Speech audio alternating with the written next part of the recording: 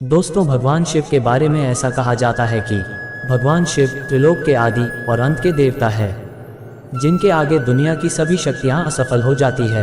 लेकिन क्या आपको मालूम है आखिर भगवान शिव का जन्म कैसे हुआ था? उनकी माता कौन थी और उनके पिता का क्या नाम था? उन्होंने किससे अपनी शिक्षा प्राप्त की थी और किस किस को शिक्षा का दान दिया था? अगर नहीं तो चलिए इस वीडियो के माध्यम से हम आपके इन्हीं सभी सवालों का जवाब देने वाले हैं, इसलिए प्लीज़ इसे स्किप किए बिना अंत तक जरूर देखना। दोस्तों, सबसे पहले भगवान शिव के जन्म से जुड़ी पहली कहानी यानी शिव पुराण की एक लोकप्रिय कथा के बारे में बताने वाले हैं। शिव पुराण के अनुसार भगवान शिव को स्वयंभू माना जाता है, जिसका मतलब होता है कि भगवान शिव का जन्म स्वयं ही हुआ था। यानी कि इससे एक बात तो साफ हो जाती है कि ना ही भगवान शिव की कोई माता है और ना ही उनके कोई पिता है। इसी कारण से भगवान शिव पंच तत्वों से भी परे है, जिस कारण से इन्हें मृत्यु का भी कोई भय नहीं है और इनकी मृत्यु कभी नहीं हो सकती। पर अब बात करते हैं विष्णु पुराण में बताई गई भगवान शिव के जन्म से जुड़ी हुई एक और कहानी के बारे में। विष्णु पुराण में बताया गया है कि भगवान विष्णु के माथे से निकलने वाले तेज के कारण भगवान शिव की उत्पत्ति हुई थी और उनके नाभि से निकलते हुए कमल पर विराजमान ब्रह्मा जी का जन्म हुआ था। मगर दूसरी ओर भगवान विष्णु के जन्म के बारे में शिव पुराण में बताया गया है कि एक बार की बात है जब भगवान शिव अपने घुटने मल रहे थे और उनके घुटनों से निकलने वाले मेल से भगवान श्री विष्णु जी का जन्म हुआ था।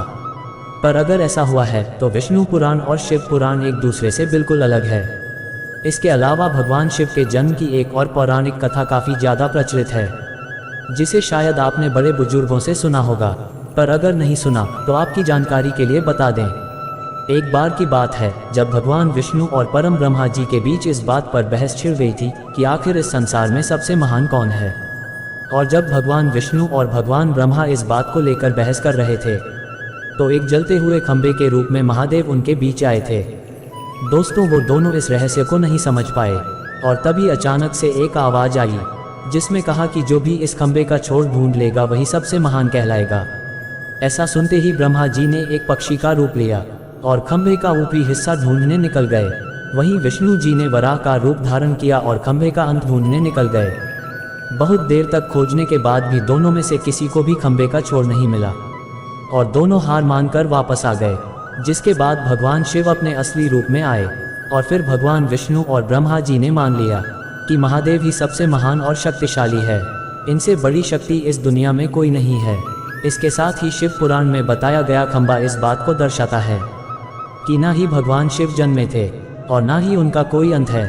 और एक कारण तो यही है कि भगवान शिव को स्वयंभू कहा जाता है, यानी भगवान शिव का अंत है ही नहीं, वे अमर है। चलिए दोस्तों, अब जब आप भगवान शिव के बारे में इतना तो जान ही चुके हैं तो क्या आपको पता है कि आखिर भगवान शिव ने किससे शिक्षा प्राप्त की थी और उनके गुरु कौन थे?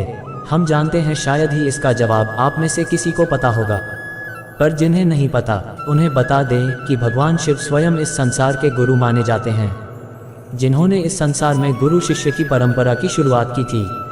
लेकिन अगर सवाल आता है कि आखिर भगवान शिव किसके गुरु थे, तो आपको जरूर जान लेना चाहिए कि हिंदू धर्म के ग्रंथ कहते हैं कि ब्रह्मा जी और शिव जी इस संसार के सबसे पहले गुरु हैं, जिन्होंने गुरु शिष्य के इस सृष्टि की शुरुआत की थी, जहां भगवान ब्रह्मा ने अपने मानस पुत्रों को शिक्षा प्रदान की थी।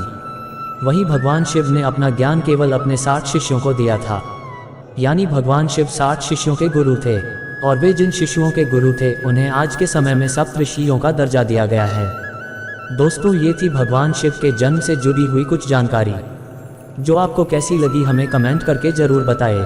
साथ ही अगर आपको भी ये वीडियो पसंद आया हो तो इसे लाइक और चैनल को सब्सक्राइब करना बिल्कुल ना भूलें। धन्यवाद।